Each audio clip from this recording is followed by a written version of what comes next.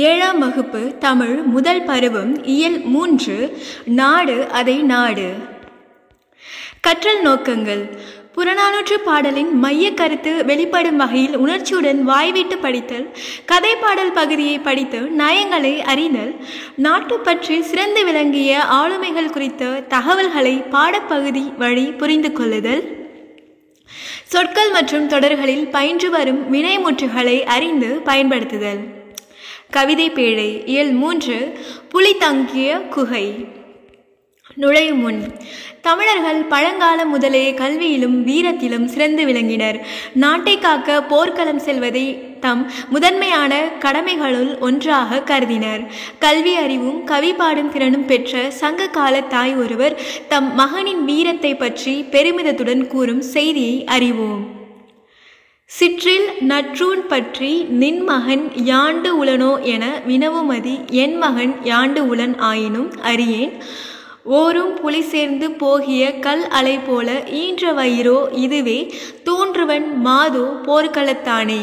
காவற்பெண்டு. கவி நடை உரை. எம் சிறுகுடலின் அழகிய தூணை பற்றி நின்று என் மகன் எங்கே என்று வினவும் பெண்ணே, அவன் இருக்கும் இடம் யான் அறியேன். புலி தங்கி சென்ற குகை போல அவனை பெற்ற வயிறு இங்குள்ளது. ஒருவேளை அவன் போர்க்களத்தில் இருக்கக்கூடும். சொல்லும் பொருளும். சிற்றில் சிறு வீடு, கல் அலை, கட்குகை, யாண்டு எங்கே, ஈன்ற வயிறு, பெற்றெடுத்த வயிறு. பாடலின் பொருள். சால்புடைய பெண் ஒருத்தி புலவரின் வீட்டிற்கு சென்று, அன்னையே உன் மகன் எங்கு உள்ளான் என்று கேட்டாள். சிறு அளவிலான எம் வீட்டின் தூணை பற்றி கொண்டு ஏதும் அறியாதவள் போல நீ உன் மகன் எங்கே என என்னை கேட்கிறாய். அவன் எங்குள்ளான் என்று எனக்கு தெரியவில்லை. ஆயினும் புலி தங்கி சென்ற குகை போல அவனை பெற்றெடுத்த வயிறு என்னிடம் உள்ளது. அவன் இங்கில்லை எனில் போர்க்களத்தில் இருக்கக்கூடும்.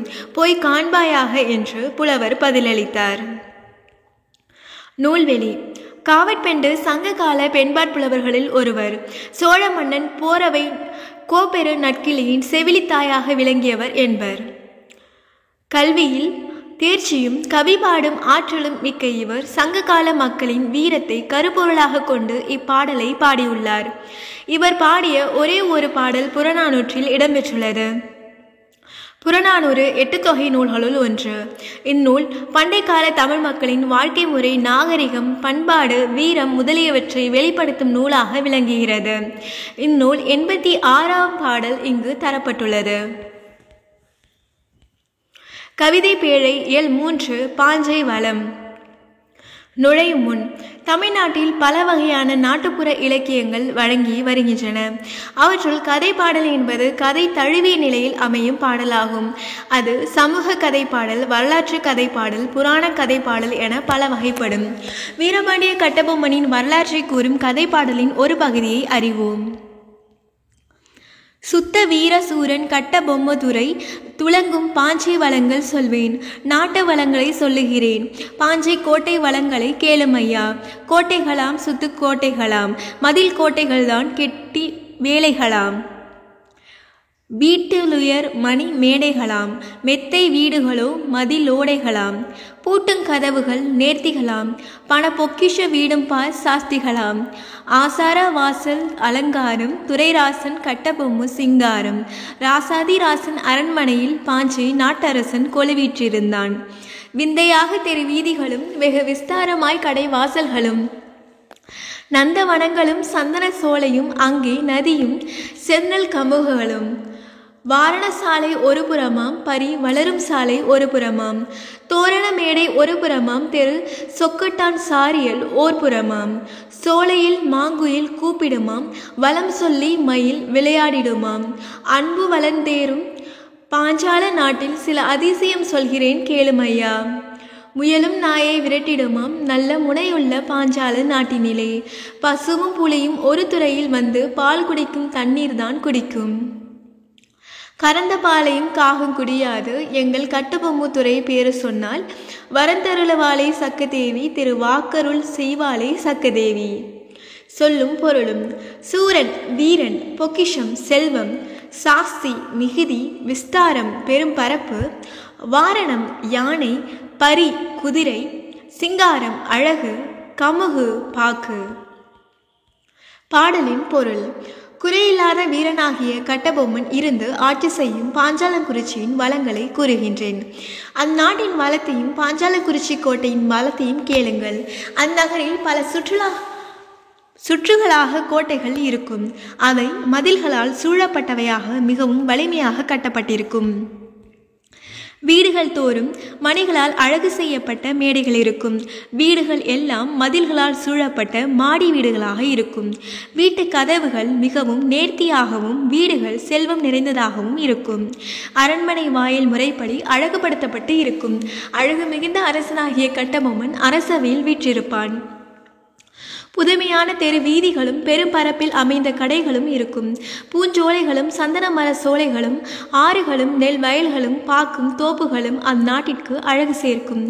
யானை கூடமும் குதிரை கொட்டிலும் ஒரு புறம் இருக்கும். தோரணங்கள் கட்டப்பட்ட மேடையும் தாயமாடுவதற்கான இடமும் ஒரு புறம் இருக்கும். சோலைகளில் குயில்கள் கூவும். மயில்கள் நாட்டின் வளத்தை கூறி விளையாடும். அன்பு வளரும் நாடாகிய பாஞ்சாலங்குறிச்சியில் நிகழும் சில விந்தைகளை சொல்கிறேன். வீரமிகுந்த நாடாகிய பாஞ்சாலங்குறிச்சியில் உள்ள முயலானது தன்னை பிடிக்க வரும் வேட்டை நாயை எதிர்த்து விரட்டிவிடும். பசுவும் புலியும் நீர்நிலையின் ஒரே துறையில் நின்று பால் போன்ற தண்ணீரை குடிக்கும். மன்னன் கட்டபொம்மனின் பெயரை சொன்னால் கறந்து வைத்த பாலை கூட காகம் குடிக்காது. சக்கம்மாதேவி பாஞ்சாலங்குறிச்சிக்கு திருவாக்கு அருள்வாள். நூல்வெளி: கட்டபொம்மன் கதை பாடல்கள் பல வடிவங்களில் வழங்கி வருகின்றன. அவை பலரால் பதிப்பிக்கப்பட்டுள்ளன. நம் பாடப்பகுதி வானமாமலை தொகுத்து வெளியிட்டுள்ள வீரபாண்டிய கட்டபொம்மு கதை பாடல் என்னும் நூலிலிருந்து எடுக்கப்பட்டது. உரைநடை உலகம் இயல் 3 தேசியம் காத்த செம்மல் பசும்பொன் உ. முத்துராமலிங்க தேவர். நுழையும் முன்: தமது தொண்டால் மக்களின் உள்ளங்களை கவர்ந்த தலைவர்கள் பலர். நாட்டின் விடுதலைக்காக பாடுபட்டோர் பலர். சமுதாய பணி செய்தோர் பலர். அரசியல் பணி செய்தோர் பலர். இவை அனைத்தையும் ஒரு சேர செய்து புகழ்பெற்ற தலைவர் ஒருவரை பற்றி அறிவோம். தேசியம் உடல், தெய்வீகம் உயிர் என கருதி மக்கள் தொண்டு செய்தவர் பசும்பொன் உ. முத்துராமலிங்க தேவர். இவர் வீரப்பேச்சால் எத்தனையோ தியாகிகளையும் விவேக பேச்சால் எத்தனையோ அறிவாளிகளையும் உண்டாக்கியவர். உண்மையை மறைக்காமல் வெளியிடுவதில் துணிச்சல் பெற்றவர். சுத்த தியாகி என்று தந்தை பெரியாரால் பாராட்டப்பட்டவர். இளமை காலம்: முத்துராமலிங்க தேவர் கிபி பொது ஆண்டு 1908 அக்டோபர் திங்கள் 30 ராமநாதபுரம் மாவட்டத்தில் பசும்பொன் என்னும் ஊரில் செல்வ செழிப்பு மிகுந்த குடும்பத்தில் பிறந்தார். அவருடைய பெற்றோர் உக்கிரபாண்டி தேவர், இந்திராணி அம்மையார். இவர் இளமையிலேயே அன்னையை இழந்ததால் இஸ்லாமிய தாய் ஒருவரால் பாலூட்டி வளர்க்கப்பட்டார். முத்துராமலிங்க தேவர் தன் தொடக்க கல்வியை கமுதியிலும் உயர்நிலை கல்வியை மதுரை பசுமலை பள்ளியிலும் ராமநாதபுரத்திலும் பயின்றார். இவர் ராமநாதபுரத்தில் படித்து கொண்டிருந்த போது அவ்வூரில் பிளேக் நோய் பரவியதால் அவரது படிப்பு பாதையில் நின்றது. அதன் பிறகு தாமாகவே நிறைய நூல்களை படித்து தமது அறிவையும் ஆற்றலையும் வளர்த்து கொண்டார். பல்துறையாற்றல்: முத்துராமலிங்க தேவர் தமிழ், ஆங்கிலம் ஆகிய இரு மொழிகளிலும் சொற்பொழிவு ஆற்றும் திறன் பெற்றிருந்தார். சிலம்பம், குதிரை ஏற்றம், துப்பாக்கிச் சுடுதல், சோதிடம், மருத்துவம் போன்ற பல துறைகளிலும் ஆற்றல் உடையவராக விளங்கினார். முத்துராமலிங்க தேவர் இளமையிலேயே அரசியலில் ஆர்வம் கொண்டிருந்தார்.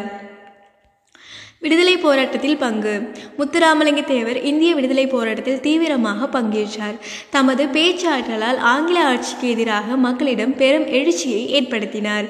மேடைகளில் அவர் ஆற்றிய வீர உரையை கேட்ட மக்கள் ஆங்கில ஆட்சிக்கு எதிராக வீறு கொண்டு எழுந்தனர். அதனால் அச்சமடைந்த ஆங்கில அரசு பல முறை அவரை கைது செய்து சிறையில் அடைத்தது. மேலும் வாய்ப்பூட்டு சட்டம் மூலம் மேடைகளில் அரசியல் பேசக்கூடாது என்று அவருக்கு தடை விதித்தது. வட இந்தியாவில் வாய்ப்பூட்டு சட்டத்தின்படி பேச தடை விதிக்கப்பட்ட தலைவர் பாலகங்காதர திலகர். அவரை போலவே தென்னாட்டில் அச்சட்டத்திற்கு ஆட்பட்ட தலைவர் முத்துராமலிங்க தேவர் என்பது குறிப்பிடத்தக்கது.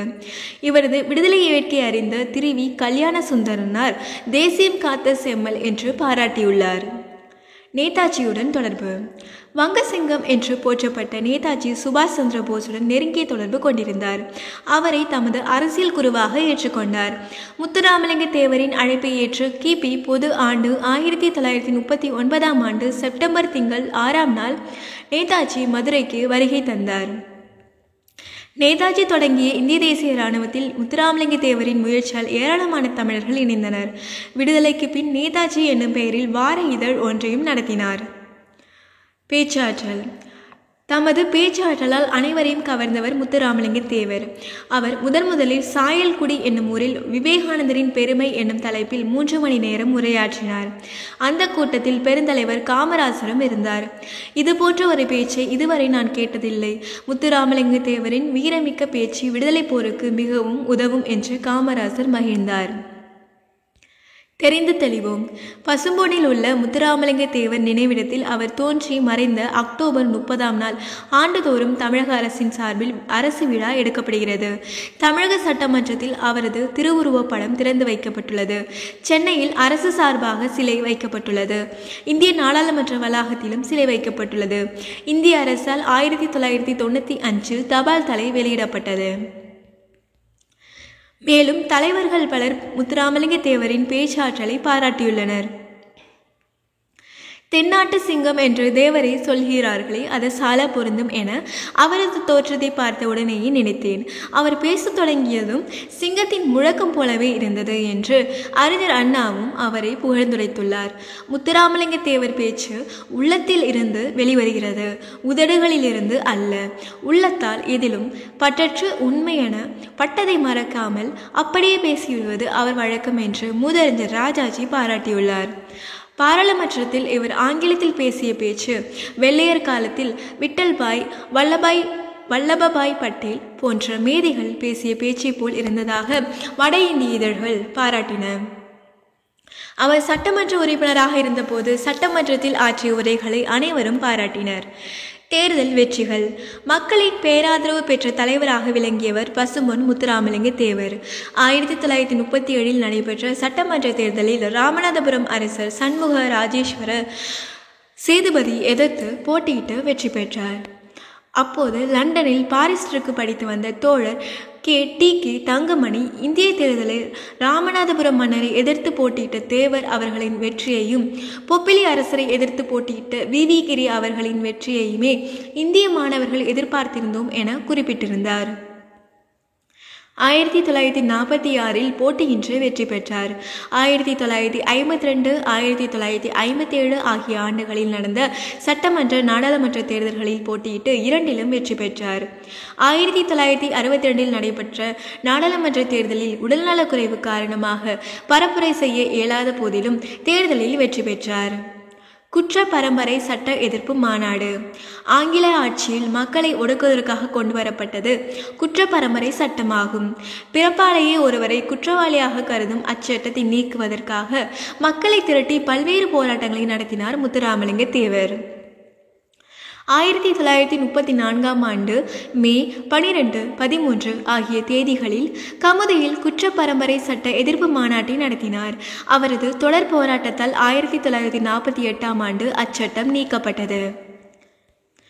ஆலய நுழைவு போராட்டம். அக்காலத்தில் மதுரை மீனாட்சி அம்மன் கோவிலுக்குள் செல்ல ஒரு சாராருக்கு தடை இருந்தது.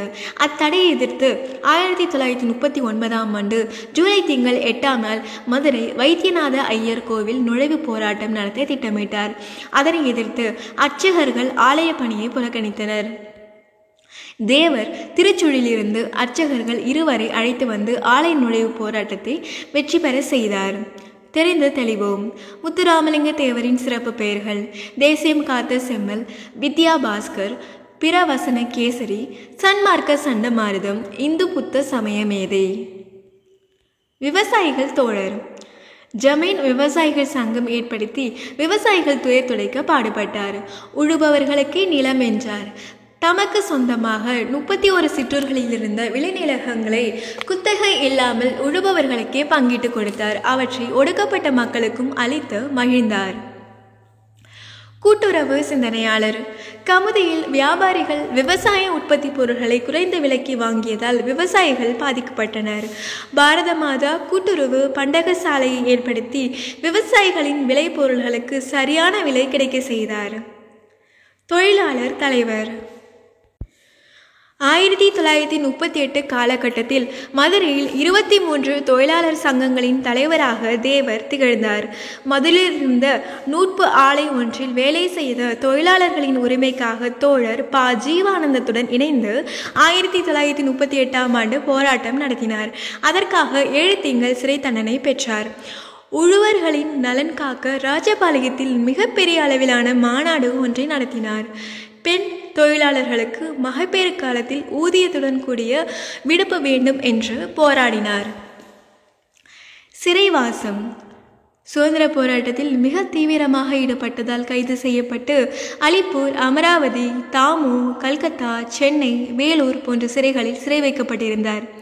2ஆம் உலகப் போர் சமயத்தில் மத்திய பிரதேசத்தின் தாமோ என்ற நகரில் உள்ள இராணுவ சிறையில் அடைக்கப்பட்டு போர் முடிந்த பிறகுதான் விடுதலை செய்யப்பட்டார். தெரிந்து தெளிவோம்.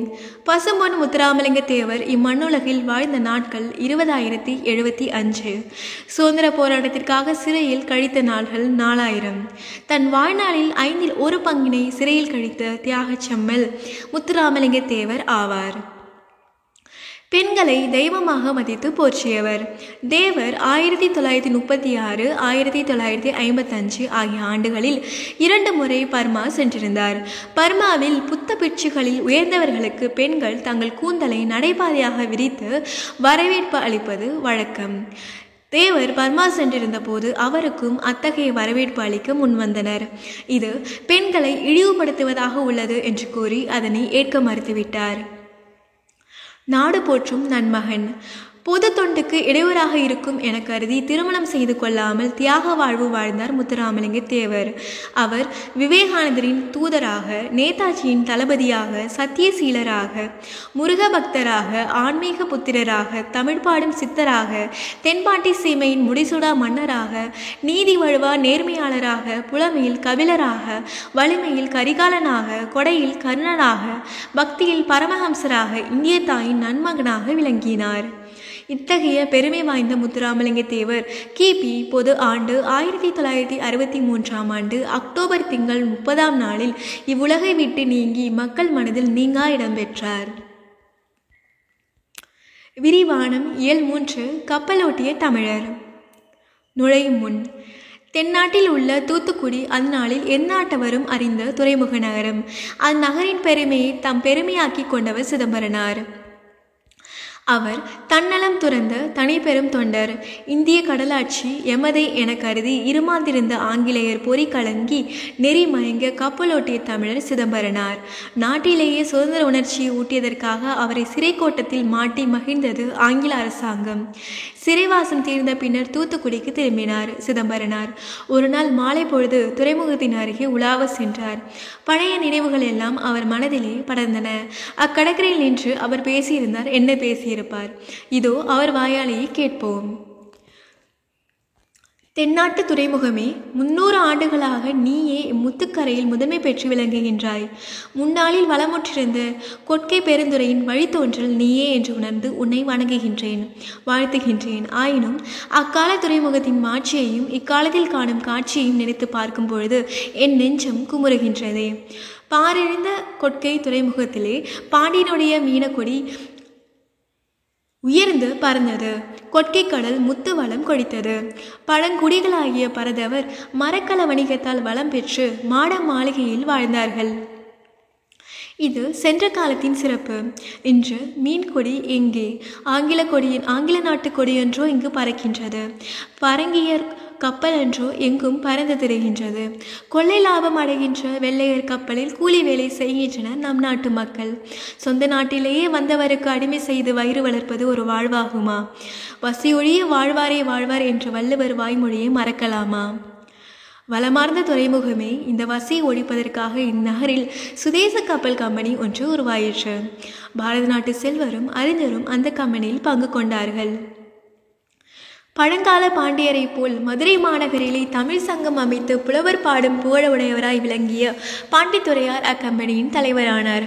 அதன் செயலாளனாய் அமைந்து பணி செய்யும் பெயரே எனக்கு கிடைத்தது. கம்பெனியார் வாங்கிய சுதேச கப்பல் உன் துறைமுகத்தை வந்தடைந்தது. வெள்ளோட்டம் பார்ப்பதற்காக அக்கப்பல் இங்கிருந்து கொழும்பு துறையை நோக்கி புறப்பட்ட நாளில் இன்ப வெள்ளம் என் உள்ளத்திலே பொங்கி எழுந்தது. கண்களில் ஆனந்த கண்ணீர் வழிந்தது. வாணிக மாமணியே, அன்று முதல் சுதேச கப்பல் வாணிகம் வளர்ந்தது.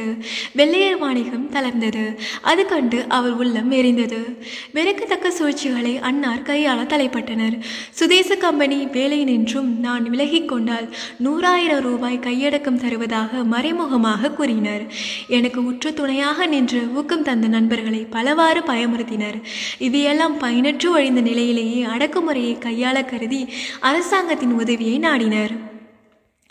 பரங்கியர் ஆளும் துறையே ஆங்கில அரசாங்கம் சர்வ வல்லமை உடையது என்றும் அதை அசைக்க எவராலும் ஆகாது என்றும் அப்போது பொதுமக்கள் எண்ணியிருந்தார்கள். அதனால் அடிமைத்தனம் நாளொரு மேனியும் பொழுதொரு வண்ணமுமாக இந்நாட்டு மக்களிடையே வளர்ந்தது. துணைத்தனத்தார் என்ன சொன்னாலும் எதிர்த்து பேசாமல் சார் சார் என்று சலாமிட்டும் புத்தி புத்தி என்று வாய்ப்பொத்தி சரி சரி என சம்மதித்து தாளம் போடும் போலி அறிஞர்கள் பட்டங்களும் பதவிகளும் பெற்று வாழ்ந்தார்கள்.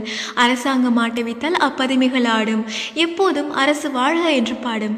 இத்தகைய சூழ்நிலையில் எழுந்தது சுதந்திரநாதம். வந்தே மாதரம் என்ற சுதேச மந்திரம் வங்க நாட்டிலே பிறந்தது. காட்டுக்கணல் போல் எங்கும் பரவிற்று. சுதந்திரம் என்பது பிறப்புரிமை, அதை அடைந்தே தீருவேன் என்று வடநாட்டிலே மார்த்தட்டி நின்றார் மராட்டிய வீரர் ஒருவர்.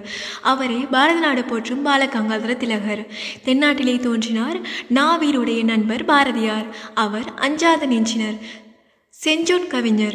வந்தே மாதரம் என்போம், எங்கள் மாநில தாயை வணங்குதும் என்போம் என்று அழகிய பாட்டிசைத்து நாட்டிலேயே ஆர்வத்தை தட்டி எழுப்பினார். தெரிந்து தெளிவோம். சிதம்பரனாரின் பிரசங்கத்தையும் பாரதியாரின் பாட்டையும் கேட்டால் செத்த பிணம் உயிர் பெற்று எழும். புரட்சி ஓங்கும். அடிமைப்பட்ட நாடு 5 நிமிடங்களில் விடுதலை பெறும். சிதம்பரனாருக்கு 2 வாழ்நாள் சிறை தண்டனை வழங்கிய நீதிபதி பின்ஹேவின் கூற்று. புதுமை கொண்ட துறைமுகமே, அந்நாளில் வந்தே மாதரம் என்றால் வந்தது தொல்லை. அந்த வாசகத்தில் ஒரு வஞ்சகம் இருப்பதாக ஆங்கில அரசாங்கம் கருதிற்று. பொது கூட்டங்களிலும் தொழிலாளர் கூட்டங்களிலும் நான் பேசும்போது வந்தே மாதரத்தை அழுத்தமாக சொல்லுவது வழக்கம். அதை கேட்டு நாட்டு மக்கள் ஊக்கமுற்றார்கள், உணர்ச்சி பெற்றார்கள். உள்ளதை சொன்னார் கள்ளமுடையவர் உள்ளம் எரியும் அல்லவா? எரிவுற்ற அரசாங்கம் என் எதிரியாக கருதிற்று. என் மீது பல வகையான குற்றம் சாட்டிட்டு. நாட்டின் அமைதியை நான் கெடுத்தேனாம். நல்ல முதலாளிமாருக்கு தொல்லை கொடுத்தேனாம். வெள்ளையர் மீது வெறுப்பை ஊட்டினேனாம். வீர சுதந்திரம் பெற வழிகாட்டினேனாம். வெள்ளையர் கோர்ட்டிலே இக்குற்ற விசாரணை விறுவிறுப்பாக நடந்தது. 2 தீவாந்திர தண்டனை எனக்கு விதிக்கப்பட்டது. அப்பீல் கோர்ட்டிலே சிறை தண்டனையாக மாறிற்று அத்தீர்ப்பு. 6 ஆண்டு கோவை சிறையிலும் கண்ணனூர் சிறையிலும் கொடும் பணி செய்தேன். என் உடல் சலித்தது. ஆயினும் உள்ளம் ஒரு நாளும் தளர்ந்ததில்லை. சிறைச்சாலையை தவச்சாலையாக நான் கருதினேன். கைவருந்த மெய்வருத்த செய்த பணிகள் எல்லாம் தாய்நாட்டின் விடுதலைக்காக புரிந்த அருந்தவம் என்று எண்ணி உள்ளம் மகிழ்ந்தேன். செல்வ செழுந்துரையே, சிறைச்சாலையை என்னை கண்காணித்தவர் பலர், கடும்பணியிட்டவர் பலர். அவரை நான் எந்நாளும் வெறுத்ததில்லை. ஆனால் முறை தவறி நடந்தவர்களை எதிர்த்தேன். வரை தவறி பேசியவர்களை வாயால் அடக்கினேன். ஒரு நாள் மாலை பொழுது உடல் நலிந்து உள்ளம் தளர்ந்து சிறை கூட்டத்தில் உட்கார்ந்திருந்தேன். அங்கே வந்தான் ஒரு ஜெயிலர். அதிகார தோரணையில் நீட்டி நிமிர்ந்து நின்று கொண்டு எனக்கு சில புத்திமதிகளை சொல்ல தொடங்கினான். அப்போது என் மனதில் கோபம் பொங்கி எழுந்தது. அடே மடையா, நீ எனக்கு புத்திமதி சொல்பவன்? மூடுவாயை, உனக்கும் உன் அப்பனுக்கும் புத்தி சொல்வேன் நான். உன்னுடைய கவர்னருக்கும் மன்னருக்கும் புத்தி சொல்வேன் நான் என்று வேகமுறை பேசினேன். மானமிழந்து வாயிலிருந்து மறைந்தான் ஜெயிலர். தமிழ் பெருந்துரையே, உன் தாழ்விலும் வாழ்விலும் எந்த நாளிலும் என் தமிழ் தாயை நான் மறந்தறியேன்.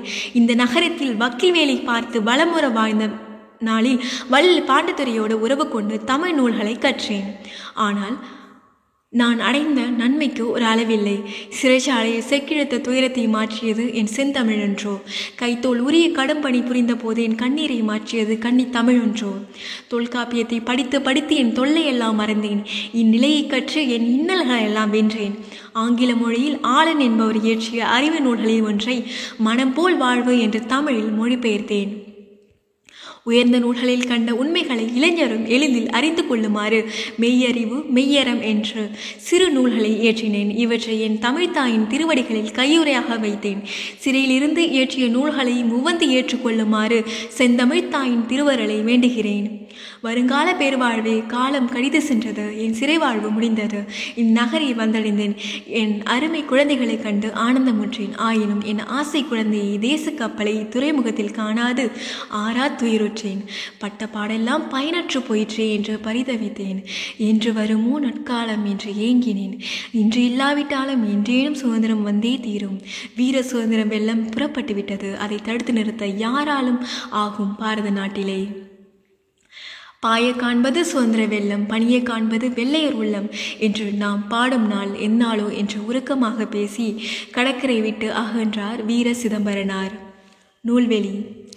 ராபை செய்த தமிழறிஞர், எழுத்தாளர், வழக்குரைஞர், மேடை பயிற்சியாளர் என பன்முகத்திறன் பெற்றவர். இவரை சொல்லின் செல்வர் என போற்றுவர். செய்யுளுக்கே உரிய எதுகை மோனை என்பவற்றை உரைநடைக்குள் கொண்டு வந்தவர் இவரே என்பர். இவரது தமிழின்பம் எனும் நூல் இந்திய அரசின் சாகித்ய அகாதமி விருது பெற்ற முதல் நூல் ஆகும். ஆற்றங்கரையினிலே கடற்கரையினிலே தமிழ் விருந்து, தமிழகம், ஊரும் பேரும், மேடை பேச்சு உள்ளிட்ட பல நூல்களை இவர் எழுதியுள்ளார். வ.உ. சிதம்பரனார் பேசுவதாக அமைந்த நம் பாடப்பகுதி கடற்கரை நிலை எனும் நூலிலிருந்து எடுத்தாளப்பட்டுள்ளது. கற்கண்டு இயல் 3 வழக்கு. எழுத்திலும் பேச்சிலும் சொற்களை பயன்படுத்தும் முறை வழக்கு எனப்படும். நம் முன்னோர் எந்தெந்த சொற்களை என்னென்ன பொருளில் பயன்படுத்தினார்களோ அச்சொற்களை அவ்வாறே பயன்படுத்துவதை வழக்கு என்பர். இயல்பு வழக்கு, தகுதி வழக்கு என வழக்கு இருவகைப்படும். இயல்பு வழக்கு ஒரு பொருளை அதற்கே உரிய இயல்பான சொற்களால் குறிப்பிடுவது இயல்பு வழக்கு ஆகும். இயல்பு வழக்கு 3 வகைப்படும். இலக்கணமுடையது, இலக்கண போலி, மருவு. இலக்கணம் உடையது. நிலம், மரம், வான், எழுது ஆகிய சொற்களை நோக்குங்கள். இவை தமக்குரிய பொருளை எவ்வகை மாறுபாடும் இல்லாமல் இயல்பாக தருகின்றன. இவ்வாறு இலக்கண நெறி மாறாமல் முறையாக அமைந்த சொல் இலக்கணமுடையது ஆகும். இலக்கண போலி. இல்லத்தின் முன்பகுதியை இல்முன் என்று குறிக்க வேண்டும். ஆனால் அதனை நம் முன்னோர் முன்றில் என மாற்றி வழங்கினர். கிளையின் நுனியை கிளை நுனி என கூறாமல் நுனிக்கிளை என குறிப்பிடுகிறோம். இவ்வாறு இலக்கண முறைப்படி அமையாவிடினும் இலக்கணமுடையவை போலவே ஏற்றுக்கொள்ளப்படும் சொற்கள் இலக்கண போலி எனப்படும். இலக்கண போலி என்பது பெரும்பாலும் சொற்களின் முன்பின் பகுதிகள் இடம் மாறி வருவதையே குறிக்கும். எனவே இலக்கண போலியை முன்பின்னாக தொக்க போலி எனவும் குறிப்பிடுவர். எடுத்துக்காட்டு: புறநகர், கால்வாய், தசை, கடைக்கண். தெரிந்து தெளிவோம். வாயில், வாசல். இல்லத்துக்குள் நுழையும் வழி இல்வாய், இல்லத்தின் வாய் என குறிப்பிடப்பட வேண்டும். ஆனால் அதனை வாயில் என வழங்குகிறோம். இது இலக்கண போலியாகும். வாயில் என்னும் சொல்லை பேச்சு வழக்கில் வாசல் என வழங்குகிறோம். இது மருவு ஆகும். மருவு. நாம் எல்லா சொற்களையும் எல்லா இடங்களிலும் முழுமையான வடிவத்தில் பயன்படுத்துவதில்லை.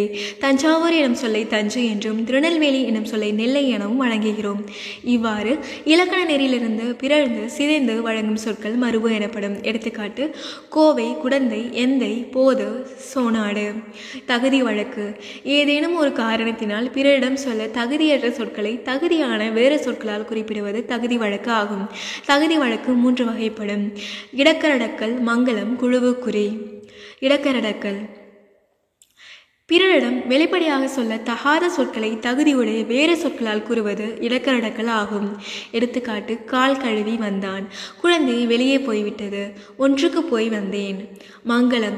செத்தார் என்பது மங்களமில்லாத சொல் என நம் முன்னோர் கருதினர். எனவே செத்தார் என குறிப்பிடாமல் துஞ்சினார் என குறிப்பிட்டனர். நாம் இக்காலத்தில் இயற்கை எய்தினார் என குறிப்பிடுகிறோம். இவ்வாறு மங்களமில்லாத சொற்களை மங்களமான வேறு சொற்களால் குறிப்பதை மங்களம் என்பர். எடுத்துக்காட்டு: ஓலை, திருமுகம், கருப்பு ஆடு, வெள்ளாடு. விளக்கை அணை, விளக்கை குளிரவை. சுடுகாடு, நன்காடு. குழுவு குறி. பலர் கூடியிருக்கும் இடத்தில் சிலர் மட்டும் தமக்குள் சில செய்திகளை பகிர்ந்து கொள்ள விரும்பினால் மற்றவர்கள் புரிந்து கொள்ள இயலாத வகையில் சொற்களை பயன்படுத்துவர். இவ்வாறு ஒரு குழுவினர் ஒரு பொருள் அல்லது செயலை குறிக்க தமக்குள் பயன்படுத்திக் கொள்ளும் சொற்கள் குழுவுக்குறி எனப்படும். எடுத்துக்காட்டு: பொன்னை பரி எனல், பொற்கொள்ளர் பயன்படுத்துவது. ஆடையை காரை எனல், யானைப்பாகர் பயன்படுத்துவது. தெரிந்து தெளிவோம். இப்படியும் கூறலாம். இடக்கரடக்கல், மங்களம், குழுவுக்குறி மூன்றும் ஒரு சொல்லுக்கு மாற்றாக வேறு சொல்லை பயன்படுத்தும் முறைகளாகும். நாகரிகம் கருதி மறைமுகமாக குறிப்பிடுதல் இடக்கரடக்கல். மங்களமற்ற சொற்களை மாற்றி மங்கள சொற்களால் குறிப்பிடுதல் மங்களம். பிறர் அறியாமல் ஒரு குழுவுக்கு மட்டும் புரியும் வகையில் குறிப்பிடுதல் குழுவுக்குறி. போலி. அறம் செய்ய விரும்பு. இது ஔவையார் வாக்கு. அரண் வலியுறுத்தல் என்பது திருக்குறள் அதிகாரங்களுள் ஒன்று. இத்தொடர்களில் அறம், அரண் ஆகிய சொற்களில் ஓர் எழுத்து மாறியுள்ளது. ஆனால் பொருள் மாறுபடவில்லை. இவ்வாறு சொல்லின் முதலிலோ இடையிலோ இறுதியிலோ இயல்பாக இருக்க வேண்டிய ஓர் எழுத்திற்கு பதிலாக வேறொரு எழுத்து இடம்பெற்று அதே பொருள் தருவது போலி எனப்படும். போலி எனும் சொல் போலேறுத்தல் என்பதிலிருந்து தோன்றியது. போலி மூன்று வகைப்படும். முதற்போலி, இடைப்போலி, கடைப்போலி. முதற்போலி பசல், பைசல், மஞ்சு, மைஞ்சு, மயல், மையல் ஆகிய சொற்களில் முதல் எழுத்து மாறினாலும் பொருள் மாறவில்லை. இவ்வாறு சொல்லின் முதலில் இருக்க வேண்டிய எழுத்திற்கு பதிலாக வேறொரு எழுத்து அமைந்து அதே பொருள் தருவது முதற்போலியாகும். இடைப்போலி அமைச்சு, அமைச்சு, இளஞ்சி, இளைஞ்சி, அரையர், அரையர் ஆகிய சொற்களில் இடையிலுள்ள எழுத்து மாறினாலும் பொருள் மாறவில்லை. இவ்வாறு சொல்லில் இடையில் இருக்க வேண்டிய எழுத்திற்கு பதிலாக வேறு ஒரு எழுத்து அமைந்து அதே பொருள் தருவது இடைப்போலியாகும்.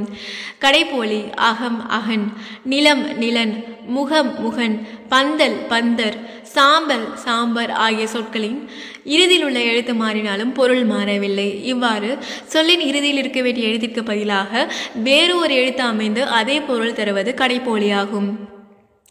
அகிரிணை பெயர்களின் இறுதியில் நிற்கும் மகர எழுத்திற்கு பதிலாக நகரம் கடைப்போலியாக வரும். லகர எழுத்திற்கு பதிலாக ரகரம் கடைப்போலியாக வரும். முற்றுப்போலி. மூவகை போலிகள் மட்டுமன்றி வேறு ஒரு வகை போலியும் உண்டு. 5, 5 இச்சொற்களை நோக்குங்கள். இதில் 5 என்னும் சொல் 5 என்னும் சொல்லின் போலி வடிவமாகும். 5 என்ற சொல்லின் உள்ள எழுத்துக்கள் அனைத்தும் வேறுபட்டு இருந்தாலும் அது 5 என்னும் பொருளை தருகிறது. இவ்வாறு ஒரு சொல்லில் இயல்பாக அமைந்த எழுத்துக்களுக்கு பதிலாக எழுத்துக்கள் அனைத்தும் வேறுபட்டாலும் பொருள் மாறாமல் இருப்பது முற்றுப்போலி எனப்படும்.